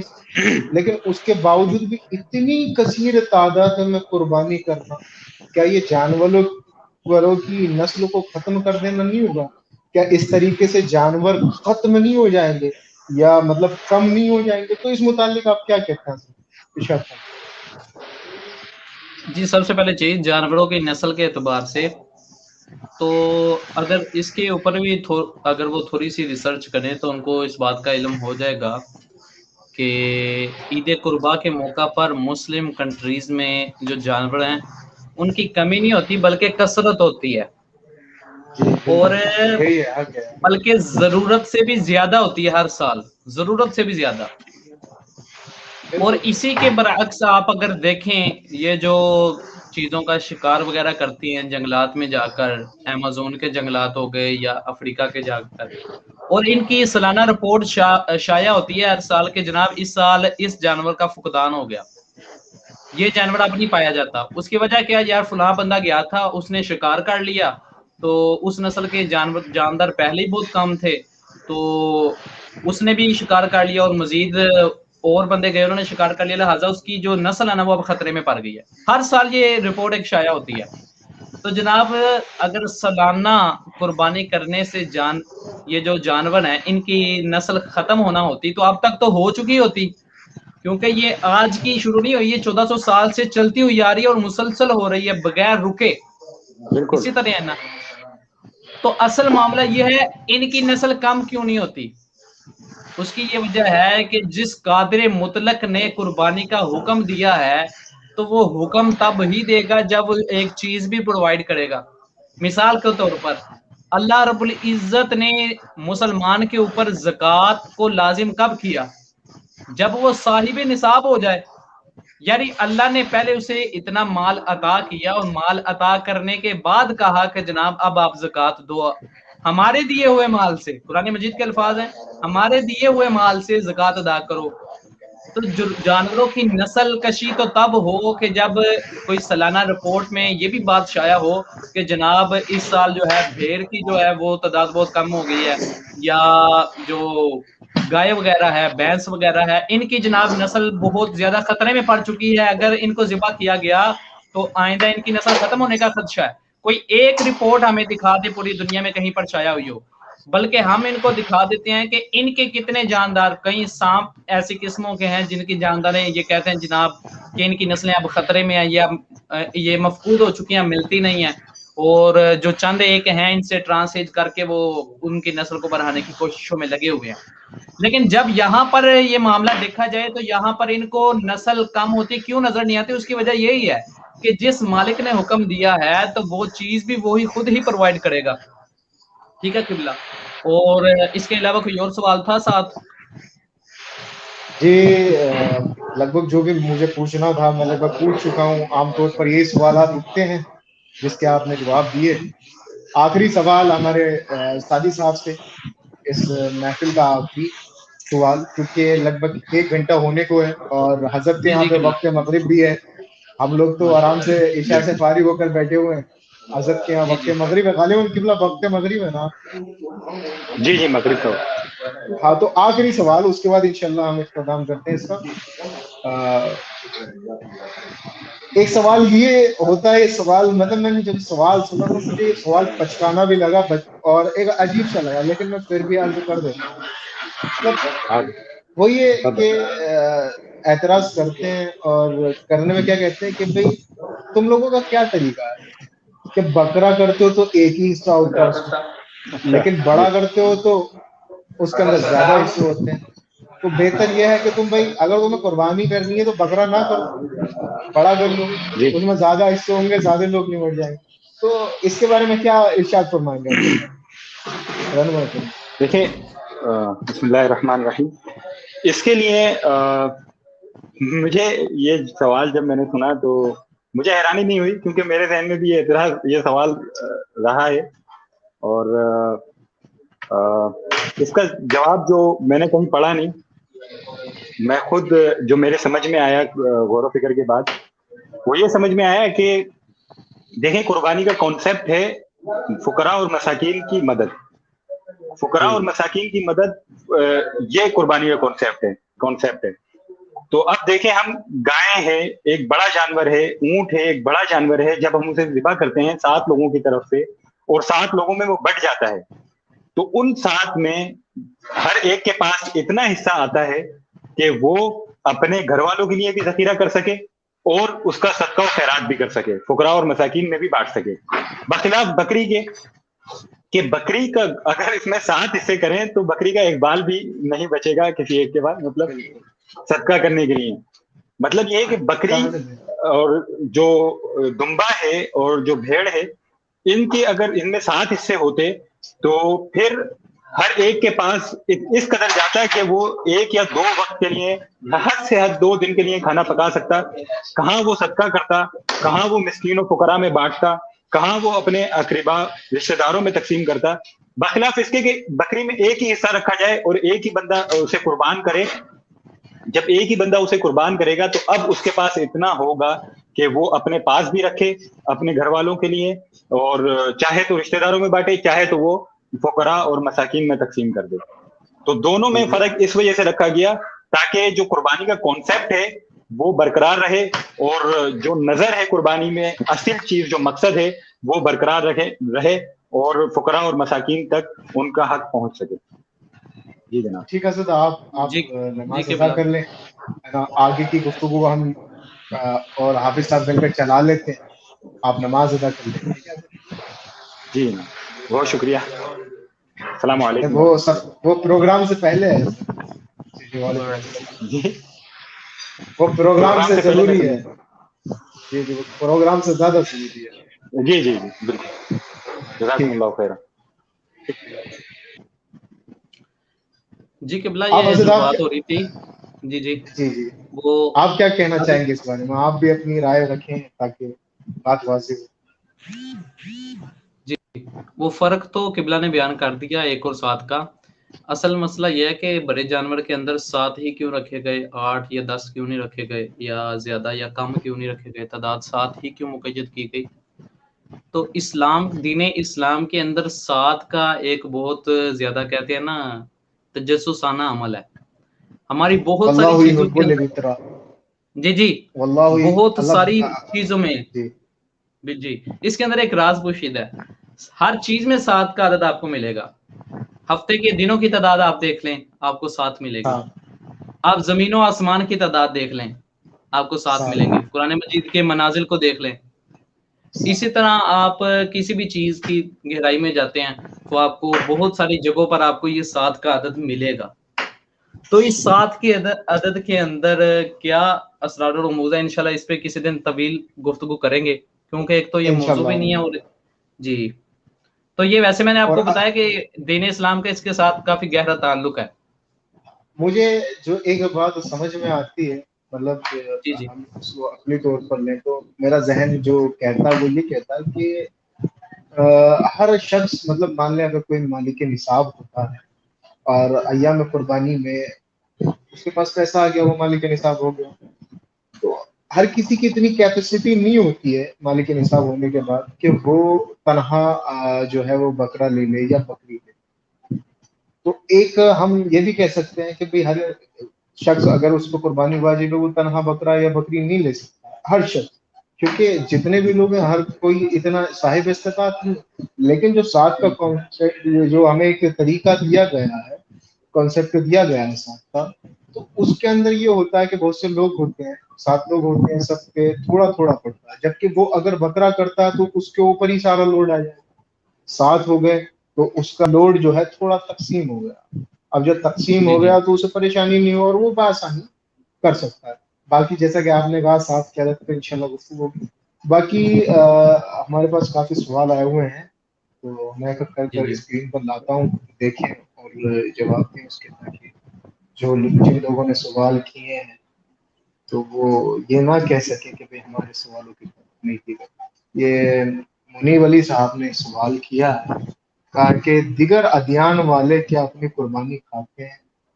تو بھئی کیونکہ یہ سوال سادی صاحب کا تھا تو میں عرض کر دوں اس کے متعلق آپ کو کہ دیکھیں، کچھ ادیان ایسے ہیں جہاں پہ قربانی کھائی جاتی ہے، اور کچھ ادیان ایسے ہیں جن میں قربانی تو کی جاتی ہے لیکن نہیں کھائی جاتی ہے، اس کو یا تو دفنا دیا جاتا ہے یا جلا دیا جاتا ہے۔ بہت سارے قسمیں کے ہیں اس میں، جیسے یہود میں جو ہے وہ مرغی کی قربانی کرتے ہیں، انہوں نے اپنے اوپر سے مرغی پھیری، اس کے پیر پکڑے اور اس کو پتھر پہ مار مار کر جان سے مارتے ہیں اس کو، اور اس کے بعد اس کو دفنا دیا جاتا ہے۔ اس کو کھانے کا ان کے یہاں پہ کوئی رواج نہیں ہے۔ اور اسی طریقے سے اور بھی مذاہب ہیں جن کے یہاں پر بعض میں کھا لیا جاتا ہے، بعض میں نہیں کھایا جاتا۔ آپ بس سب آپ کے لیے سب سے ضروری یہ ہے کہ بھئی ہمارے یہاں کھایا جاتا ہے، اور کھانا قربانی کا گوشت، یہ تو سوال ہے۔ پھر اس کے بعد ایک اور سوال ہے، وہ بھی منیب علی صاحب کا ہی ہے، کیا حضرت اسماعیل ذبیح اللہ تھے یا اسحاق؟ اور تفسیر قرطبی میں ابن عباس کا جو قول ہے اسحاق کے بارے میں، اس بارے میں کیا ہے؟ تو کیا آپ نے کچھ اس کا متعلق آپ نے کچھ اگر ذہن میں ہو تو ارشاد فرمائیں۔ جی جی حضرت اسماعیل علیہ السلامیہ جمہور کے نزدیک بعض چیزوں میں اختلاف پایا جاتا ہے، اس میں کوئی بڑی بات نہیں ہے۔ اگر آپ کو کوئی ایک قول جمہور کے مخالف مل جائے تو اس کا یہ مطلب نہیں ہے کہ جناب جو جمہور کا قول ہے وہ غلط ثابت ہو گیا۔ یہ قول آپ اس کو محمول کر سکتے ہیں تفرد کے اوپر بھی، ٹھیک ہے۔ اور مثال کے طور پر اس کے اوپر میں آپ کو ایک مثال پیش کرتا ہوں، جیسے کہ آپ صلی اللہ علیہ وسلم کے معراج کرنے کا واقعہ ہے۔ جمہور کے نزدیک آپ صلی اللہ علیہ وسلم نے ایک دفعہ معراج کیا، لیکن اس میں بھی بعض ائمہ کا اختلاف ہے، اور وہ کہتے ہیں کہ ایک سے متعدد دفعہ کیا، ٹھیک ہے۔ تو ان چیزوں میں یہ جو رائج ہوتا ہے اس کے مخالف بعض اوقات کوئی روایت مل بھی جاتی ہے، تو یہ کوئی بڑی بات نہیں ہے۔ وہ اس کی نوعیت کو دیکھا جائے گا، اس کی سند کو دیکھا جائے گا، حضرت ابن عباس والی روایت کی سند کو، جی جی اگر تو وہ بالکل۔ صحیح، جی، کیونکہ اصول حدیث کے تحت یہ چیزیں جو ہے نا ڈسکس کی جاتی ہیں۔ یہ سوال بھی منیب صاحب کا ہے، انہوں نے کہا ہے اس میں کہ عید الاضحیٰ کو کیا حضرت اسحاق کی نسبت سے اضحیٰ کہا جاتا ہے، کیونکہ بعض نے ان کو اضحیٰ بھی کہا۔ یہ بھی ان کا سوال تفسیر قرطبی کے تحت یہ، کیونکہ صاحب قرطبی نے اس متعلق تحریر فرمایا، تو ذکر شاہ فرمایا۔ جی جی، لیکن یہ اضحیٰ کا لفظ یہ کیونکہ تفسیر میں ہے نا، تو بعض جگہوں پر یہ یہودی روایات سے نقل کیا گیا، کیونکہ آپ صلی اللہ علیہ وسلم کا بھی حکم تھا نا کہ یہودی روایات کو نقل کرو، تو کثرت کے ساتھ نقل بھی کیا گیا، جیسے تاریخ ابن کثیر ہماری کثرت کے ساتھ اس میں یہودی روایات ہیں۔ تو یہ بھی روایت جو ہے یہ اسی یعنی کہ منہج سے سمجھنے کے ادھر سے لی گئی ہے، لیکن جمہور کا وہی قول ہوگا جو قرآن و حدیث کے عین مطابق ہے۔ اگر تفسیر میں کیونکہ وہ قول بیان کر دیا جاتا ہے کہ اس کے بارے میں یہ بھی مشہور ہے کہ حضرت اسحاق کے بارے میں بھی ایک قول ملتا ہے، تو تفسیر قرطبی میں امام قرطبی نے اس کو ذکر کر دیا کہ حضرت اسحاق علیہ السلام کے بارے میں بھی یہ ایک قول ملتا ہے، لیکن اصل جو معاملہ ہے وہ یہی ہوگا کہ جو حضرت اسماعیل علیہ السلام کے بارے میں جو جمہور کا موقف ہے۔ ایک اور سوال ہے، یہ جناب نتین احمد صاحب کا ہے، یہ پوچھنا چاہ رہے ہیں کہ جانور کے کیا اجزاء کو، میں آگے سمجھ نہیں پا رہا ہوں انہوں نے کیا پوچھا ہے، کنسوم کرنا شرعاً جائز نہیں جبکہ انہیں عام طور پر کھایا جا رہا ہوتا ہے۔ آپ کو سوال سمجھ میں آیا ہو تو جواب ارشاد فرمائیں، کیونکہ لیکن بھائی جس کو جو جائز نہیں ہے، میں یہاں اس سوال کے اندر تو یہی بات ہے، سب سے اہم چیز تو یہ ہے جانور کے اندر جو اجزاء جائز نہیں ہے، شاید اگر کسی اس کو جز کی کوئی، بات کر رہے ہیں، جی جی، مثال کے طور پر جیسے مشہور ہے نا کہ یہاں انہوں نے لکھا ہے جانور کے کن اجزاء کو، اس کے بعد کیا لکھا ہے وہ مجھے سمجھ نہیں آیا، کرنا پارٹس شرعاً پارٹس جائز نہیں، پارٹس سے لکھا پارٹس سے لکھا پارٹس، نہیں پارٹس کے بعد کو کے بعد انہوں نے جو لکھا ہے وہ مجھے سمجھ نہیں آ جی رہا، کنزیوم کرنا، کنزیوم کرنا شرعاً جائز نہیں جبکہ انہیں عام طور پر کھایا جا رہا ہوتا ہے، جی مثال کنزیوم کے طور کر، پر یہ جی مثال کے طور پر جانور کی اوجری وغیرہ ہے، بعض جی چیزیں جی ہیں جن کی بھی شریعت میں ممانعت ہے، تو اگر کھایا جاتا ہے تو شریعت نے اسے منع بھی کیا ہے، تو اہل علم کو چاہیے کہ وہ ان کو مطلع کریں اس بات پر کہ جناب یہ جز جو ہے نا یہ شریعت نے اس سے منع کیا ہے۔ اب ہر چیز کھانے جی والی تو جی نہیں نہ ہوتی، اگر ہر چیز کھانے بالکل، والی ہوتی ہے پھر تو جانور کی کھال بھی کھا لینی چاہیے ان کو، اس کے دانت بھی کھا لینے چاہیے چبا کے، ہر چیز تو کھانے والی بھی نہیں نہ ہوتی، تو ظاہر سی بات ہے اگر شریعت نے جی جی جی جی اگر شریعت نے کسی چیز سے منع کیا ہے تو اس کے اندر بھی کوئی نہ کوئی حکمت ہے، کوئی اس کا انسانی صحت کے ساتھ کوئی نہ کوئی تعلق ہے، تو حفظان صحت بھی تو یہی کہتے ہیں کہ اصولوں کو اپنانا چاہیے، تو قرآن و حدیث سے بڑھ کر اصول بیان کرنے والا کون ہے؟ یقیناً بے شک، اور سب سے اہم چیز یہ ہے کہ بھائی جتنے بھی اعتراض قربانی کو لے کر ہوتے ہیں، تو ابھی ہم نے جتنی بھی گفتگو کی عموماً ہماری گفتگو یہ مذہب اسلام کے دلائل سے پور تھی اور قرآن و حدیث سے دلائل دیے گئے۔ اب میں آپ کو نا چند باتیں عرض کروں گا قربانی کی، جس کے اندر قربانی ہونے سے ہمیں ہماری اکنامک کنڈیشن کو، ہمارے معاشی حالات جو ہیں ہمارے ملک کے، اس کے اندر قربانی کا کیا رول ہے، یہ بھی قربانی خالی ایسا نہیں ہے کہ قربانی اسلامی شعار ہے تو اس سے صرف مسلمانوں کو فائدہ، بلکہ قربانی چاہے کسی مسلم ملک میں ہو یا کسی غیر مسلم ملک میں ہو، قربانی سے جتنا ثواب مسلمان کو ملتا ہے، اور اسی طریقے سے اگر کوئی بندہ مسلمان نہیں ہے تو قربانی کے ایام میں، قربانی کی وجہ سے، ایام میں قربانی کی وجہ سے اس شخص کو بے حساب جو ہے کاروبار ملتا ہے، اسے جو ہے ذریعہ معاشی ملتا ہے۔ آپ دیکھ لیں کوئی شخص، ضروری نہیں ہے منڈی کے اندر کہ بھئی منڈی کے اندر جو ہے ہر بندہ جو جانور کو لے کر آئے وہ مسلمان ہو، یہ ضروری نہیں ہے، ہم نے خود دیکھا ہے، میں آج ہی منڈی گیا تھا، میں نے دیکھا ہے یہ ضروری نہیں ہے، لازم نہیں ہے کہ جو بندہ لے کے آئے وہ مسلمان ہو۔ اب کوئی بندہ جانور لے کے آتا ہے تو اب اس نے ایک جانور پالا، اب لانے کے بعد اس کو فروخت کیا، تو جب اس نے پالا تو یہ ایسا تو ہے نہیں وہ مطلب 20,000 کا جانور ہے تو 15,000 میں دے دے، ظاہر سی بات ہے اس کو کچھ وہ منافع کمائے، تو یہ جو منافع اس نے پایا ہے جانور، تو یہ کس کے ذریعے پایا؟ ادھر قربان کے سبب ہی تو پایا، تو اس کے ذریعے اس کا کاروبار، اس کی جو معاشی معاملات وہ مضبوط ہوئے یا نہیں ہوئے؟ یقیناً مضبوط ہوئے۔ اب وہ قربانی کا جانور لے کے اپنے گھر پہنچا، اب ایسا تو ہے نہیں کہ بھائی وہ اس کو بھوکا رکھے یا صرف پانی پر اس کو گزارا کرے، اس کو چارہ بھی دیا، اس طریقے سے چارے والے کا کاروبار ہوا، اس نے چارہ خریدا اس کو۔ اب سب سے اہم چیز وہ کیا ہے کہ بھائی جانور ذبح ہونے کے بعد ذبح کرنے والے کا کاروبار، اسے اس کے ذریعے اجرت ملی۔ تیسری چیز اس سے چمڑا حاصل کیا گیا، اب چمڑے کے لیے تو باقاعدہ ایک بہت بڑی انڈسٹری ہے چمڑے کی، جس میں بیلٹس بنتی ہیں، آپ جوتے جو پہنتے ہیں، جوتے ہیں، بیلٹس ہیں، جیکٹس ہیں، آپ کے کیپس ہیں، آپ کے گلوز ہیں، اور پتہ نہیں کیا کیا ہے جو چمڑے کے ذریعے تیار ہوتا ہے، تو یہ تمام چیزیں کہاں سے آ رہی ہیں؟ آپ بولتے ہیں نا بھائی ہم کو لیدر کی جیکٹ چاہیے, جہاں سردی آتی ہے نا سب سے زیادہ ڈیمانڈ قبلہ کائی کی ہوتی ہے, لیدر چاہیے, boots, leather boots, leather shoes, belt پہننے والے حضرات کی وہی لوگ جو اعتراض داغتے ہیں, تو وہی ان لوگوں کی بھی یہی فرمائش ہوتی ہے, باندھیں گے بیلٹ تو لیدر کی باندھیں گے, کیوں نہ کمر بند سے باندھ لیتے, تو پاجامے کا کمر بند لو اور اس سے اپنی پینٹ کو کس لو, بیلٹ کی کیا ضرورت ہے, ایسی بیلٹ سے کام نہیں چلتا, چلتی کا لیدر, تو یہ لیدر کہاں سے ہے, یہ تو قربانی کی نہیں جانور کی, تبھی تو آئی ہے.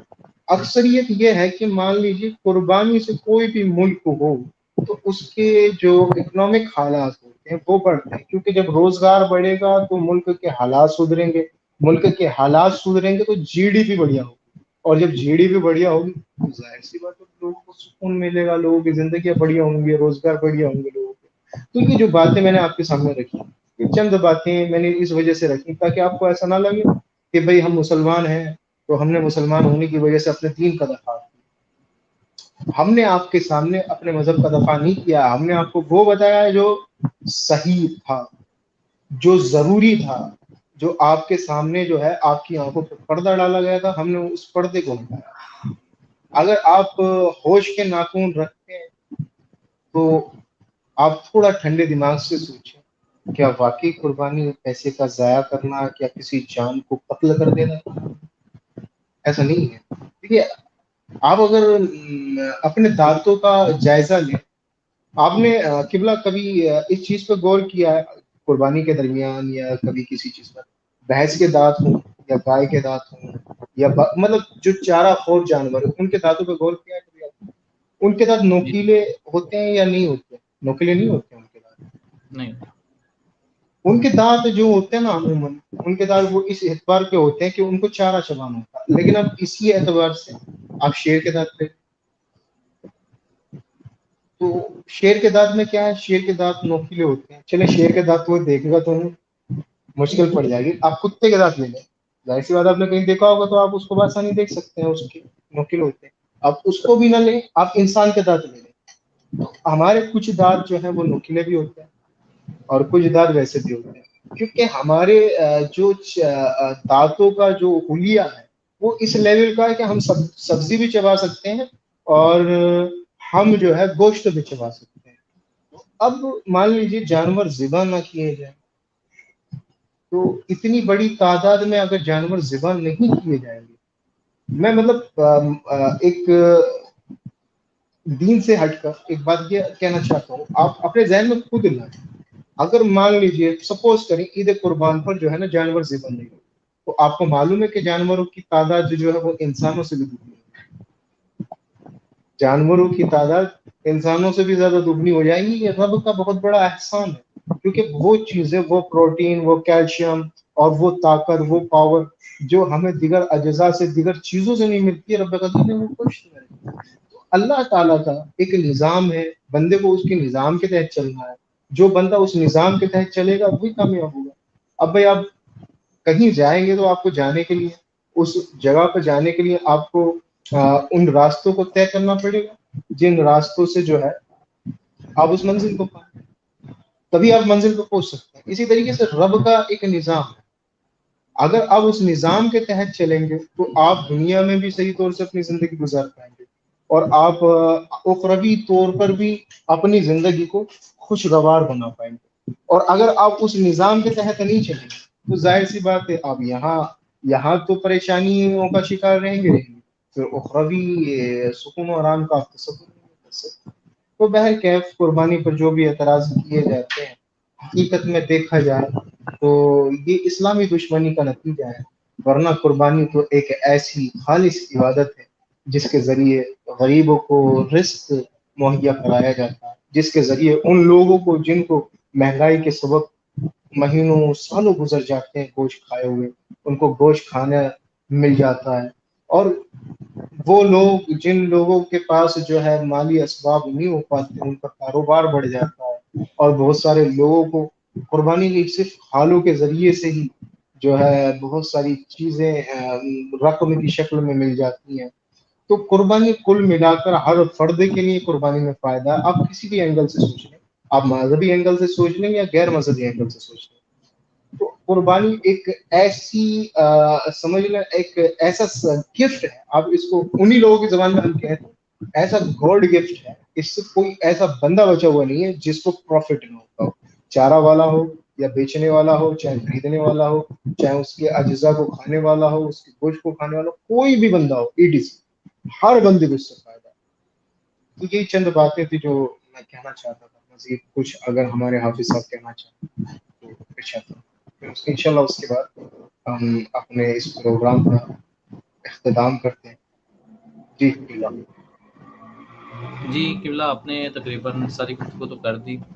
ہاں یہ جو معاملہ ہے کہ غریبوں کے لیے, تو اس پر ہمارے پاکستان میں ایک رپورٹ بھی شائع کی گئی ہے. تقریباً جمعرات کے دن سبحان بھائی سے ملاقات ہوئی تھی, وہ بتا رہے تھے کہ تقریباً 60% جو قربانی کا گوشت ہے وہ غرباء میں ہی تقسیم کیا جاتا ہے. بالکل بالکل. اور بعض تو ایسے احباب ہیں جو اپنے پاس بالکل بھی نہیں رکھتے, اور شریعت نے اس چیز سے بھی منع نہیں کیا کہ جناب آپ سارا گوشت ہی جو ہے وہ اپنے پاس رکھو, بلکہ شریعت نے کہا اگر تم سارا ہی دینا چاہو تو سارا ہی دے دو. اور زیادہ تر اکثریت کے ساتھ ایسا ہوتا ہے جو باہر کی کنٹریز میں ہوتے ہیں, وہ ادھر پیسے بھیج دیتے ہیں جناب ہماری قربانی کر کے مستحقین میں جو ہے گوشت کو تقسیم کر دیں. بالکل اکثریت ایسا کے ہی ہے. ساتھ ایسا ہی ہوتا ہے. وہ چند ایک ایسے لوگ ہیں کہ جن کے قربانی کی گوشت پر نظر ہوتی ہے کہ جناب ہم نے اپنے لیے کرنا ہے, لیکن وہ بھی اس میں سے کچھ حصہ نکالتے ضرور ہیں, یہ نہیں کہ وہ بھی بالکل نہیں, حالانکہ ان کی نظر ہوتی ہے. لیکن کمزور سے جی جی کمزور مسلمان اپنے حصے کے اندر 3 حصے کرتا ہے, مساکین جی کے جی لیے, اپنے عزیز و اقارب کے لیے, اور ایک حصہ کمزور سے کمزور جی حصہ ہر کسی کے لیے اسی طرح جہاں بالکل تک بالکل. میں سمجھتا ہوں. اسی طرح کھالوں کا آپ نظام دیکھ لیں تو پوری دنیا میں جو بھی چمڑا پرووائڈ کیا جاتا ہے وہ سارے کا سارا تقریباً اس کا جو نظام چلتا ہے وہ قربانی کے دنوں سے ہی اکٹھا کیا جاتا ہے. کیونکہ بصورت دیگر آپ دیکھیں کہ چند اس کی کھالوں کی چمڑے کی کوئی ایسی صورت نہیں. اس سال تو باقاعدہ جو لیدر والے ہیں, لیدر والوں نے ایک جناب نوٹیفیکیشن جاری کیا ہے کہ کھالوں کی سیوریج کس طرح کی جائے, کھالوں کو خراب ہونے سے کیسے بچایا جائے. اس کی وجہ یہ ان کو پتا ہے کہ ہماری جو معیشت کا انحصار وہ کھالوں پر ہے, کیونکہ لیدر چلتا ہی بالکل بالکل. کھالوں سے ہے. تو انہوں نے کہا جناب پورا انہوں نے نظام کے نمک اتنا لگایا جائے, وہ پورا انہوں نے رپورٹ شائع کی ہے جناب, تاکہ کھالوں کو حفاظت کے ساتھ آپ ہم تک پہنچائیں اور ہم ان سے جو ہیں آگے مخلوق کے لیے چیزوں کو تیار کر سکیں. آسان لفظوں میں یہ, اس سے آگے ہم کس طریقے سے ڈالر بنا رہے ہیں, ہاں آسان ڈالر لفظوں فرام, یہ بھی بات ہے. میں. بالکل. جی آپ نے جیسا ذکر کیا گوشت کے متعلق, وہ رپورٹ بتائی, تو حضرت میں ابھی کچھ دن پہلے دیکھ رہا تھا کہ شمالیہ ہے, سوڈان ہے, نائجیریا کے کچھ علاقے ہیں, اس کے بعد جو ہے حبشہ ہے, اور بھی افریقہ کی ایسی کنٹریاں ہیں جہاں پر لوگ مٹی کھانے پر مجبور ہیں, وہ جی جی مطلب گزارا اپنا بڑا مشکل سے کر رہے ہیں. ایک بہت بڑی تعداد گوشت کی شکل میں جو ہے ہر سال عید قربان کی وجہ سے, عام طور پہ دیکھیں تو دنیا میں بہت سارے لوگ ہیں, بہت سارے ممالک ہیں, یہ ممکن نہیں ہے کہ ہر کسی کی مدد ہر وقت کی جائے, لیکن قربانی ایک ایسا موقع ہوتا ہے, اس میں مدد جو ہے وہ زیادہ ہو جاتی ہے, ہر کوئی مدد کرتا ہے, وہ چاہے گوشت کی شکل میں ہو یا قربانی کے جانور کے کسی اور صورت میں ہو, مطلب کھال کے ذریعے ہو یا اس کو بیچ کر اس کے پیسے کے ذریعے ہو. تو افریقہ کے اندر دیکھا جائے تو بہت بڑا مطلب اگر انہیں گوشت کھانے کا موقع ملتا ہے, جیسا کہ سادی صاحب نے بھی بیان کیا, آپ نے بھی بتایا, تو اس کی مین وجہ جانتے ہیں کیا بنتا ہے؟ جی جو قربانی میں جانور ذبح ہوتے ہیں وہ کنٹینروں کے حساب سے وہاں جاتے ہیں, ان کے اندر گوشت تقسیم کیا جاتا ہے, وہ اس کو کھاتے ہیں جب تک ان کے لیے ممکن ہوتا ہے. بعض جگہ کے بارے میں نے یہ پڑھا کہ بھئی گوشت خراب نہ ہو جائے تو اس کو مسالہ لگا کر اس کو سکھا کے رکھتے ہیں, پھر وہ اپنی ضرورت کے حساب سے کھاتے رہتے ہیں. کیونکہ وہاں افریقہ کے کچھ ممالک کے اندر اور کچھ حصوں کے اندر اتنی زیادہ غربت ہے کہ لوگوں کے بدن پر ان کی پسلیاں صاف نظر آ جاتی. اب جن لوگوں کو وہ جو کہتے ہیں نا, بولے میں نے تو واٹر کولر لگوا دیا, کیا ہمیں اور آپ کو واٹر کولر کی ضرورت ہے؟ کیا ہمارے آپ کے گھر پہ فریج نہیں ہے؟ کیا ہمارے آپ کے گھر پہ نل نہیں ہے؟ کیا ہم ٹھنڈا پانی پیئیں گے تبھی زندہ رہیں گے؟ جی مطلب ایک ہوتا ہے کہ مدد کی کس کی جائے, آپ مدد کر رہے ہیں, یا مطلب خدا کے ایک حکم سے بھاگ رہے ہیں، اس سے جو ہے اس سے بچنا چاہ رہے ہیں. خیر کل ملا کر لگ بھگ ہم نے اپنی اس گفتگو کے اندر شروع سے آخر تک جو اعتراضات داغے جاتے ہیں ان تمام اعتراضات کے جواب دینے کی بھرپور کوشش کی ہے. اور ہم سے کمنٹ سیکشن کے اندر جن لوگوں نے سوال کیے ان کے بھی ہم نے بعد میں جواب جو ہے وہ بیان کر دیے ہیں. البتہ اگر آپ کو کچھ پوچھنا ہو تو آپ کمنٹ سیکشن کے اندر ہمیں میسج کر دیجیے گا، انشاءاللہ آپ کو جانکاری جو ہے وہ پرووائڈ کرا دی جائے گی. پھر انشاءاللہ الرحمن آگے پھر ہم کسی اور سلسلے کو لے کر آپ کی بارگاہ میں حاضر ہوں گے. اسی طریقے سے دار التحقیقات کا ساتھ دیتے رہیں، دار التحقیقات انٹرنیشنل کا تعاون کرتے رہیں. ہمیں آپ کے ساتھ کی ضرورت ہے تاکہ ہم زیادہ سے زیادہ تعداد میں خدمت دین کر سکیں، زیادہ سے زیادہ تعداد میں لوگوں تک دین متین مذہب اہل سنت والجماعت کا پیغام لوگوں تک پہنچا سکیں، رسول اللہ صلی اللہ تعالی علیہ وسلم کی سنت کو عام کر سکیں. بس یہ چند گزارشات میری آپ سے تھی. مزید اگر معاذ صاحب کچھ کہنا چاہیں تو آپ کہیں، اس کے بعد انشاءاللہ. جی بس ٹھیک ہے انشاءاللہ. ٹھیک ہے انشاءاللہ الرحمن پھر ملاقات ہوگی. خوش رہیں اور خوشیاں دیتے رہیں. السلام علیکم ورحمۃ اللہ وبرکاتہ.